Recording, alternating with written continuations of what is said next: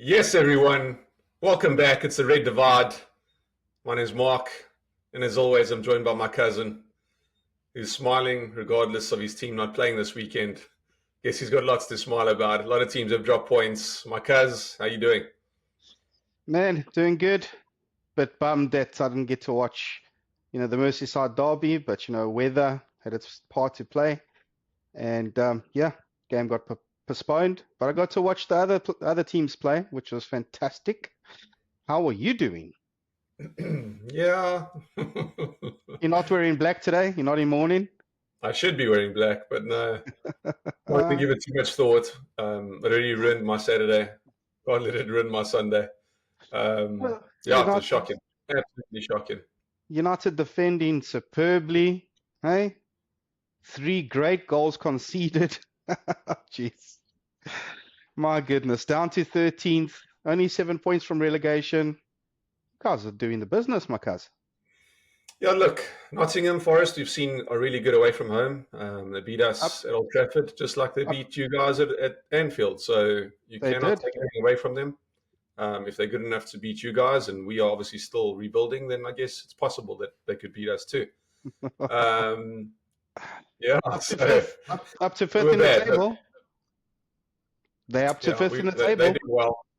Nuno seems to have found his team. He's been through a couple teams. But it looks like he's now found his groove with Forest.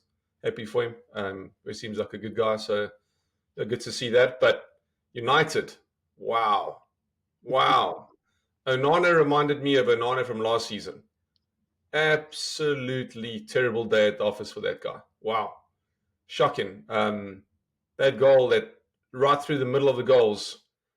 I don't know. He obviously just moved all his weight, shifted his weight to one side, but you you can in that level of the game, no one should score against you in the From middle of your there. post. Unbelievable. So not good enough. He cost us last year in the Champions League, and yeah, that was a game that he wasn't the only one to blame, but he played a huge part in us losing that game yesterday. People can point to Bruno's mistake and whatnot, but Anana not good enough yesterday. No one was really good enough yesterday. Maybe Ahmad. Ahmad, the only one really coming through, showing his hunger, his strength for a little guy, pushing through tenacity. And yeah, man, he's probably been our best player this season. And yeah, we're shocking. We're so bad. And when Amarim said that we're going to suffer a couple of weeks ago, he wasn't joking. We're going to suffer. Like this season's a write-off. United may finish outside the top 10 for the first time in our history, at least in Premier League history. We Very, can only very hope. possible. Yeah, I'm sure you're pretty happy. But yeah, it's terrible. We probably will have one good performance and then a couple bad performances and one good performance.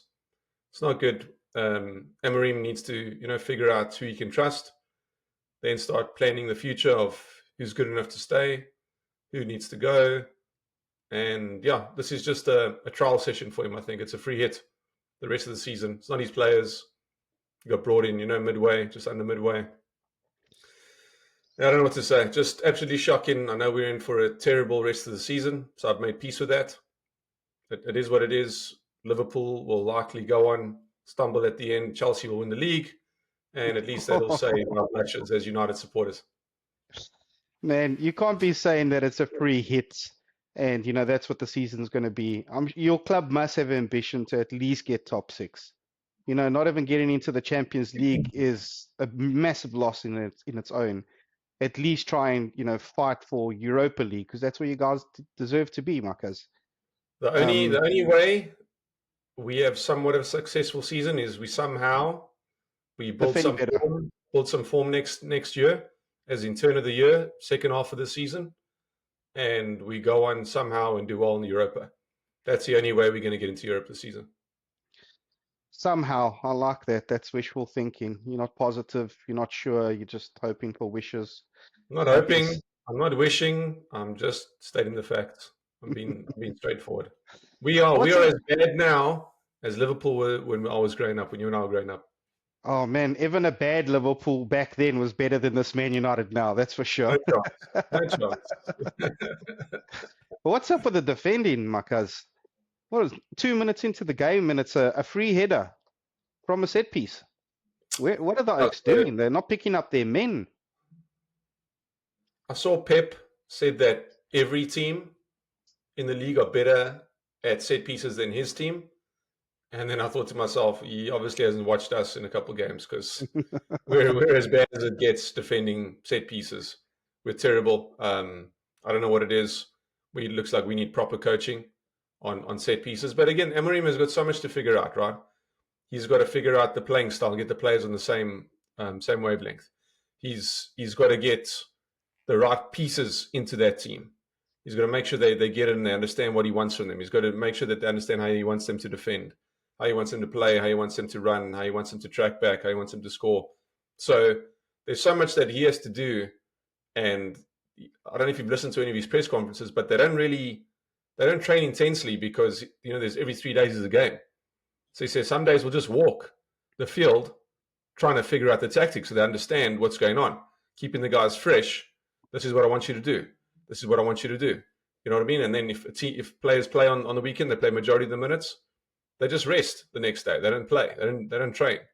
So he's trying to keep them as fresh as possible while drilling in these new tactics and this new way of playing. It's going to take time. That's all we can do. Which, of course, you're not sure if it's led to it, the results or where we are this season. If that's the reason that our sporting director, Dan Ashworth, is no longer with us. Shocking news this morning, waking up and seeing everybody, lit up and talking about Dan Ashworth sacked, fired, left by mutual consent, so many different stories. It's shocking. He was so sought after. United spent months trying to get him. He was 5 months on gardening leave. And then he spent 5 months in the job. So he was on gardening leave as long as he was in the job. And then they sacked him. So, yeah, I don't know what to say. It seems that there is something behind the scenes we don't know about, because you don't wait 5 months for your guy. You don't pay another team for him and then wait 5 months, and then all of a sudden 5 months later, he's got to go. It's a lot of waste of time, a lot of waste of money, and it looks like a Mickey Mouse show. Well, like you said, you did wait for him. You did pay another club for his services. And maybe he was outspoken. Maybe he said to Sir Jim Ratcliffe, there's not a chance in hell I can do anything with this United squad. And he was a bit outspoken, and maybe they gave him the boot for that. What they're saying is that him and Omar Barada, a clash of egos, they say quite possibly clash of egos, and that he didn't have much say. And also links that they say he wanted a British manager. Some say he wanted to go for Southgate. And just him wanting Southgate is a sackable offence. I never say that dude's name in my club in the same sentence. But I don't know what's going on there. Jokes aside, that's quite a serious move. And who knows, the sporting director, obviously that has everything to do with what's going on the field. Yeah. The full sporting side of the club. And I guess he wasn't happy. I don't know. So Sir Jim obviously pulled the trigger. And now we'll wait and see. Have they got someone lined up? Who knows? Are they going to wait? Is someone going to fill in the position for now? So Jason Wilcox, is he maybe going to stand in until someone else comes in? Who knows? We'll have to wait and see. But yeah, quite a move. Quite a move. That's quite a move. Well, maybe you can poach the sports director. I'm sure Ruben Amorim can pull some cards. Oh, did he go to City? Okay. He's going to City. Yeah. Too late for that then. Mm. Well, I guess we'll see what happens. I'm sure the club will make an announcement within the next week or so once they finally find the next man. I can't say the right man, because it's really tough to find the man for that position that you want during the league while the league's still ongoing. And like you said, you already paid for him to come. You don't want to go and pay another club for another sporting director. So yeah, maybe they'll just take their time and feel it out and try and find the right guy. But into other news, we've got some European football. Before you go there, quick one. There was also a rumor of them saying, he mentioned, look, it's not the coach. How many times have we been down this road? United have sacked the coach. Within 2.5 years, it's the same thing. Coach gets fired. Team's not playing well. It's not like they actually winning leagues in between. Nothing's happening. You might win the odd Europa League or the odd FA Cup. The team is not consistently successful. So, yeah, from the rumors, he's pointing to, look, there's players in that team that are rotten to the core. They're not good for the team. They're not good for the club, and they need to go instead of the manager. And some of the rumors are that he was happy to keep Ten Hag because he wanted to get rid of the players instead. But it's always easier to sack the coach, right? yeah. Every club does that. Yeah. So anyway, that's where it is. Whether that's true or not, I guess we'll find out and see how it goes for the next 6 months. If you're not to do anything in this winter window. And we'll see how it goes towards the end of the season. And then it's the summer transfer window. Then you'll know of which players get sold, which players get kept. And I'm sure Amarim will be ruthless. So I welcome that. Yeah, I guess he needs, for the type of formation he plays, he needs a certain type of skill set. And, he's still trying to figure out what players he has to try and fulfill that formation. So I have no doubt that he's going to dip into the transfer market to try and strengthen his squad, especially the way he likes to play. But yeah, the next 6 months is going to be tricky for you guys. And I look forward to it every single game. I look forward to every single game. But I understand it's a rebuilding process. Can't judge you or can't judge your coach by a couple of games. Every coach does need time. That's just the reality of football. But this is the Premier League. And United have a bit of a history where they go through managers. Fergie kept his job for so many years.